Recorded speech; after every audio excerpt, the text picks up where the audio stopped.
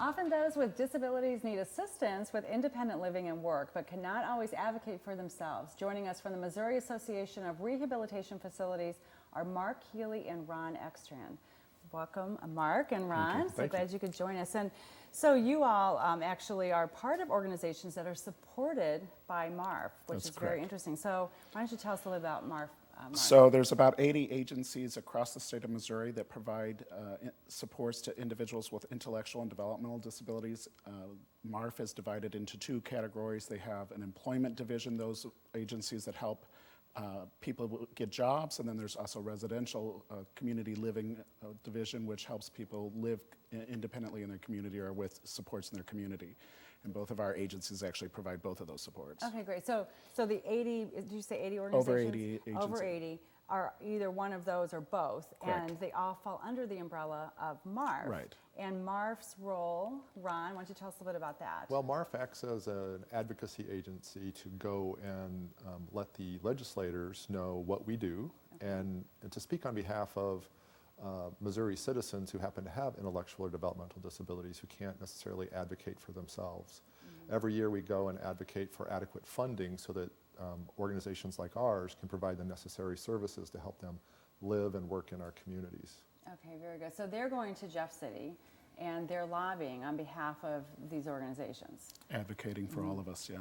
It used to be that we would each individually go up there and try to get legislators to help us, but collectively we have a much stronger voice. So they provide great advocacy for all of us. Yeah, they probably like it better in Jeff City too, right? Exactly. Just one person. We don't need all 80. Exactly.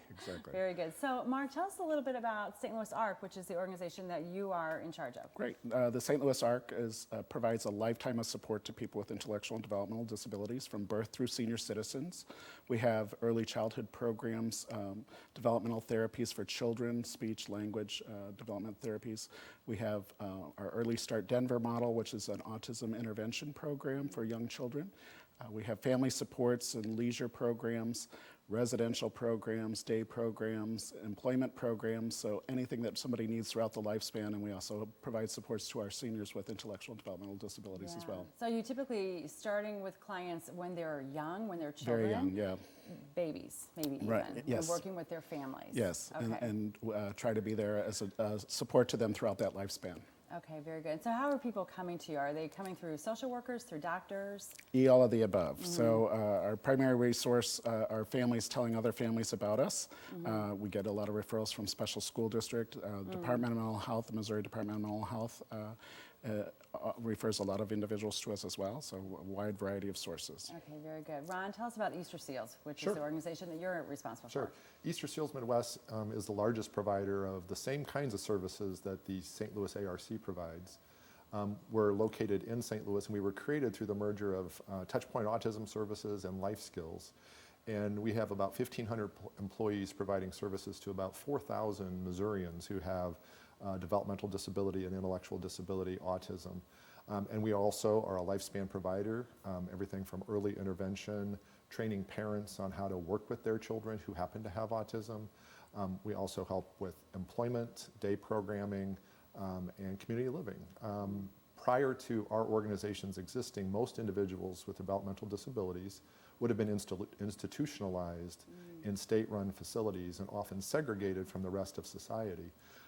What we believe in is helping those individuals live a full life in the community as vibrant and contributing members to our society.